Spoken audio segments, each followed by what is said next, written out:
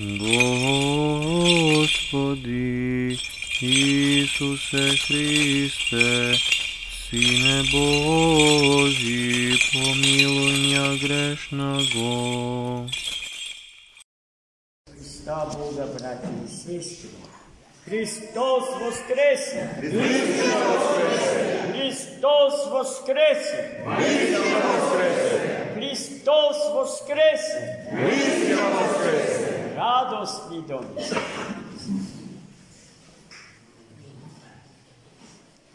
Najvozljubeni во Христа Бога, братья и сестры. Денешната евангелска перикопа започна со една мисла, што авторот на денешното евангелско четиво ја запишал како мисла Божја.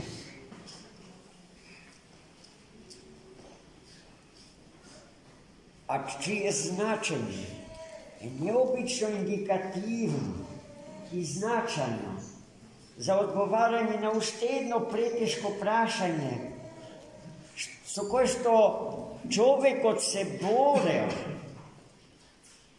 самиот со себе, со умот свој, со срцето свое во течењето на милениуми години. И без можност се разбира да го одговори. Кој е тоа прашање? Како изгледа Господ? Јас сум сигурен дека и денеска милиони луѓе си го поставуваат тоа прашање, иако после Христа Господа токму тоа прашање најбесмисленото прашање што човекот може да си го постави себе си.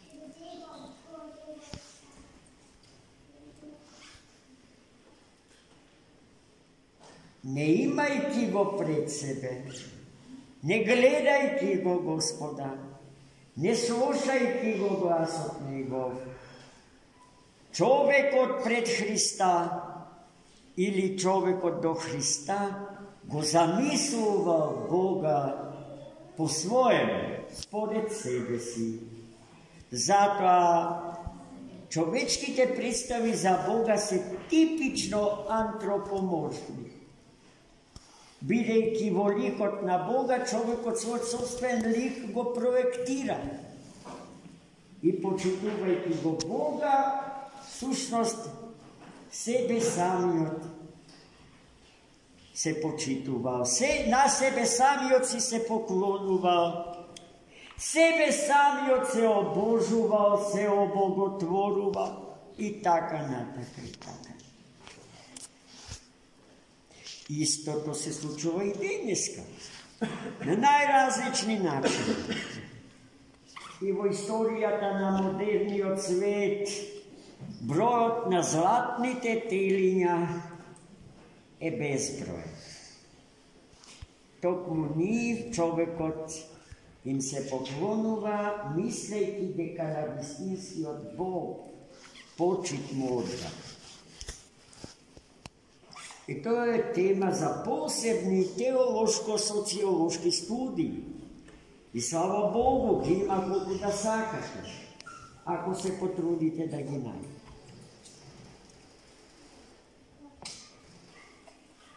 Зошто првата реченица од денешното Евангелие ја разгатнува загадката со која што се измачувал човекот низ векови?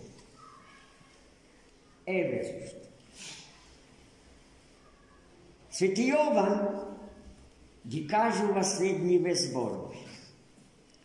Никој, никогаш Бога не го види.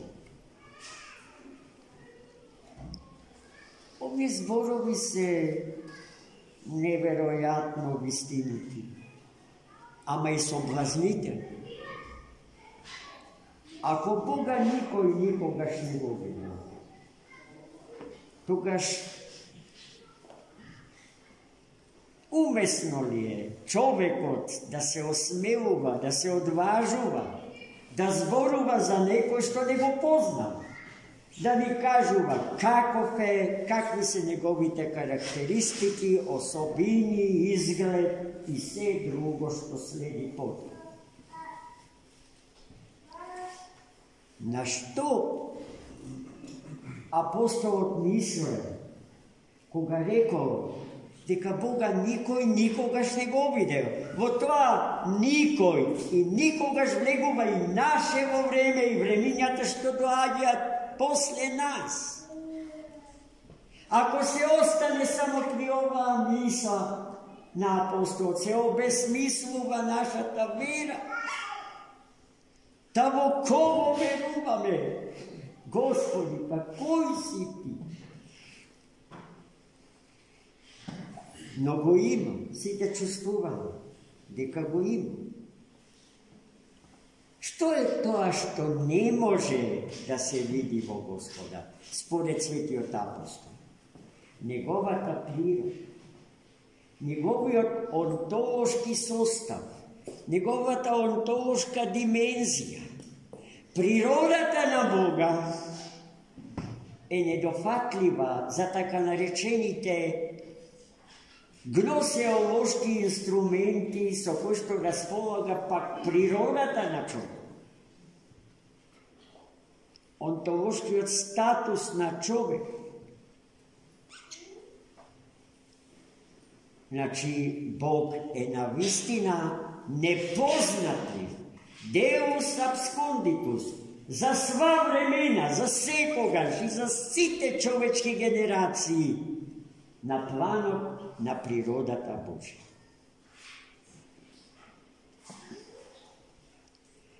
Но вториот дел од мислата на светиот апостол ни ја враќа надежда, ни ја враќа радост и сигурноста дека сепак Бога сме го познале и го знаеме точно.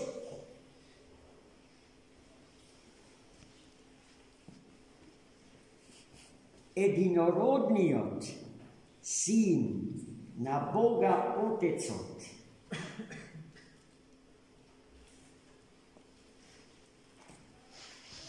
ни го објави и тука го користи еден многу специфичен термин од грчко потекло. Ексигисато. Од ексигисато произлегува екзегеза, толкување, објаснување. Синот Божи, кој стана син човечки, ни го објави Бога онаков каков што е. Тоа се зборовите на самиот Бог, што на Синајската гора му ги кажа на Мојсеја, имајќи средба лице в лице. Мојсеј го праша, искрено, отворено, бестрашно би рекол. Па може би не имајќи дерзновение, а како се викаш? Го праша Мојсеј, Бог. Како се викаш, ќе слезам во мојот народ и ќе ме праша како му е името на Бога. И Бог му го кажа своето име. Јахве. Не Јехова, сектанска интерпретација на изворниот еврејски збор Јахве. Јахве. Како би го превеле тој древен еврејски поим?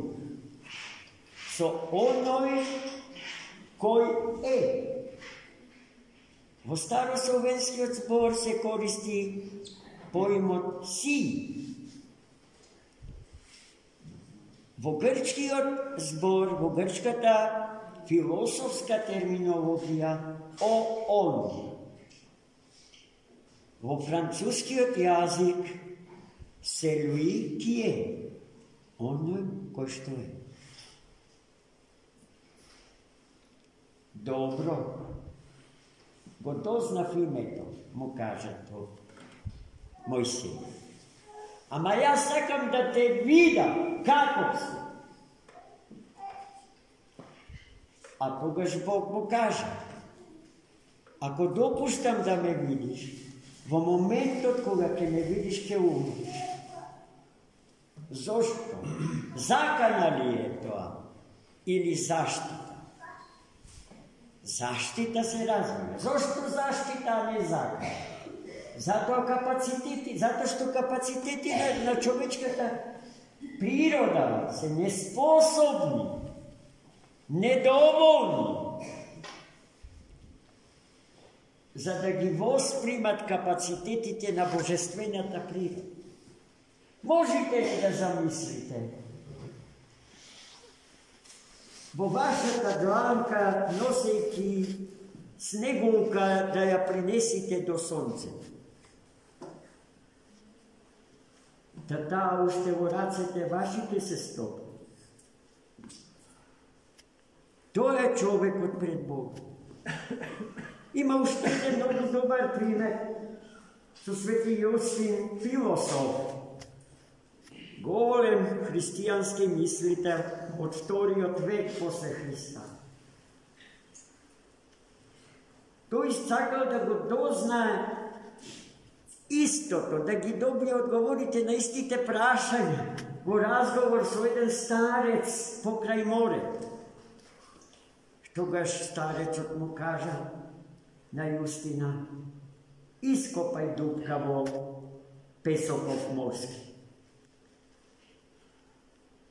Јустин ископа. Ајде сега, со рацете туи, претури го морето, целата морска вода во дупката што ја ископа. Па не може. Не може. И твојот ум не може да се справи, да го абсорбира умот Божи, целата природа Господња во твојата малучка природа, која што располага, пазите, со огромни потенцијали. Човекот располага со потенцијал да расте и да возрастува по мерата од својот Создател. А тоа значи дека човекот може да се обожи, дека може да стане Бог од Бога по благодат на планот на божествените енергии и сили. Па тоа е тоа што го знаеме. И токму тоа и на тој начин Господ ни се откри нам сите безостаточно целиот себе си. Мудроста Господња е во тоа што тој пронајде начин да му се открие на човекот, нам да ни се открие, без да ја загрози нашата екзистенција. Да го видиме без да умри. Кој е тој начин? Воплотувањето на Логосот Божи. Кој е тој? Христос Бог, кој што се растна, умре, беше погребан. Заради нас, луѓето и нашето спасение и за спасението на светот во кој што живееме. И потоа исто така зарад нас воскресна и се вознесе. Еве гледајте само една мисла евангелска што се ни каже. Ако сме умни, мудри, ако имајќи го Духот Свет во себе си, го читаме Словото на Писмото, бидејќи секој збор е просто каже. Затоа може и овчарот, и земјоделецот, и оној што во чаршија кондурите ни ги чисти, да го чита Светото Писмо и да се најде себе си во него.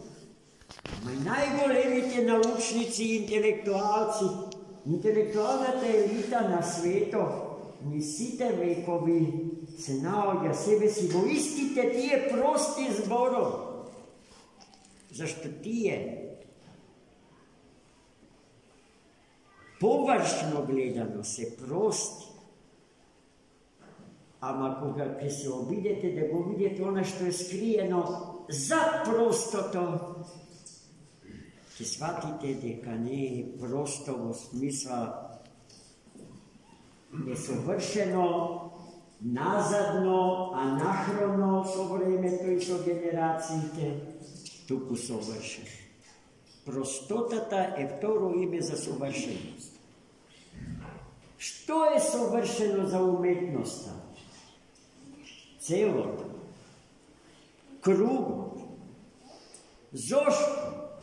Затоа што кон него не може ни да се додаде нешто, ниту од него да се одземе. Гледајте, ние можеме до утре да зборуваме на оваа тема само врз основа на една единствена мисла. И тоа изречена и запишана на самиот почеток од денешната евангелска перикола.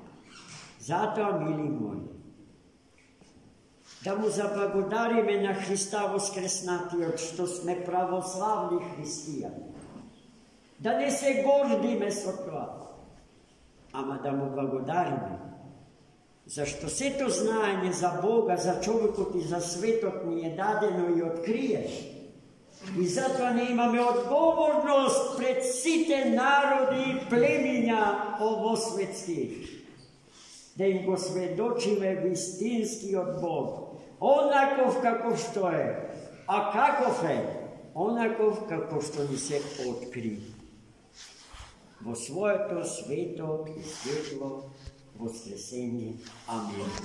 Христос воскресе!